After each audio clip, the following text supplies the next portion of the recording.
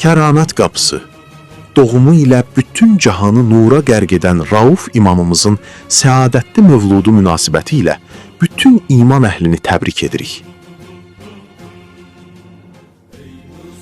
İmam Rıza əleyhissalam Hicri qəməri 148-ci il Zilqədə ayının 11-i Mədinə şəhərində İmam Musa-i Kazim əleyhissalamın evində dünyaya göz açmışdır. Adı Əli, ləqəbi Rıza, künyəsi Əbülhəsən olub. İmamlıq müddəti 21 il davam edib. 203-cü Hicri qəməri ilində 55 yaşında Abbasi xəlifəsi Məmun tərəfindən zəhərlənib şəhid edildi. Məzarı İranda Məşhəd şəhərindədir. İmam Rıza əleyhissalamın atası İmam Musa-i Kazım əleyhissalam idi. Əziz anası Nəcmiyə xanım isə iman və ağıl baxımından zəmanəsinin ən üstün qadınlarından biri sayılırdı. Uşaqlıq çağından etibarən İmam Rıza əleyhissalam daim atası İmam Kazım əleyhissalam ilə birlikdə olardı.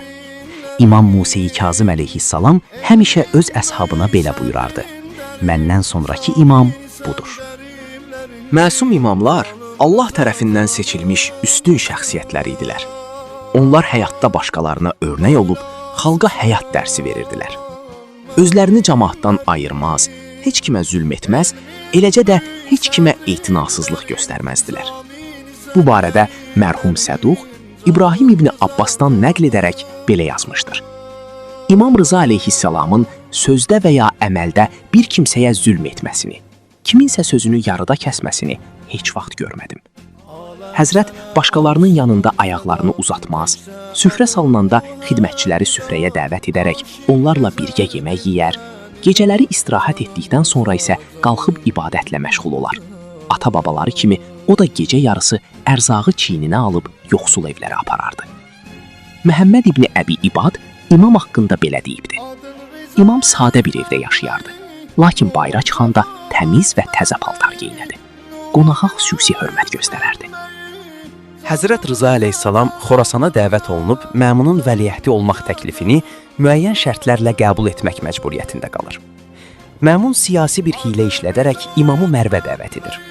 Ələvilər məmləkətin hər tərəfindən hökumətə qarşı qiyamlar edirdilər. Buna görə də imamı özünə vəliəhd təyin etməklə düşünürdü ki, xalqa Peyğəmbər ailəsinin dostu olduğunu göstərməklə qiyamların qarşısını almağa nail olacaq. Məmun dəfələrlə üsyan edən şəhərlərə vali təyin etmək üçün İmam Rıza əleyhissalama öz adamlarından bəzilərinin namizəd göstərməsini təklif etsə də, o həzrət ona belə cavab vermişdi: "Mən vəliəhdliyi qəbul edəndə, hökumətin heç bir işinə qarışmayacağımı şərt qoyduqda, sən də onu qəbul etdin. Əgər müqaviləmizə bağlı qalmağını istəyirsənsə, şərtlərimizə əməl et." Məmun susub, heç bir söz demədi. İmam Rıza əleyhissalam anlamışdı ki, Məmun gördüyü işləri ona nisbət verib, xalqı ondan uzaqlaşdırmaq istəyir. Buna görə də Məmunun heç bir təklifini qəbul etmədi və elə bunun nəticəsində də Məmunun bütün planları puça çıxdı. Məmunun başqa bir hədəfi də bundan ibarət idi ki, imamı Xorasana gətirməklə Ələviləri paytaxtda toplayıb nəzarət altında saxlasın və maneçilik yaradan Ələviləri öldürsün. Nəticədə həm imamı zəhərlədi, həm də Ələviləri öldürdürüb qabaqcadan bağladığı bütün əhd peymanları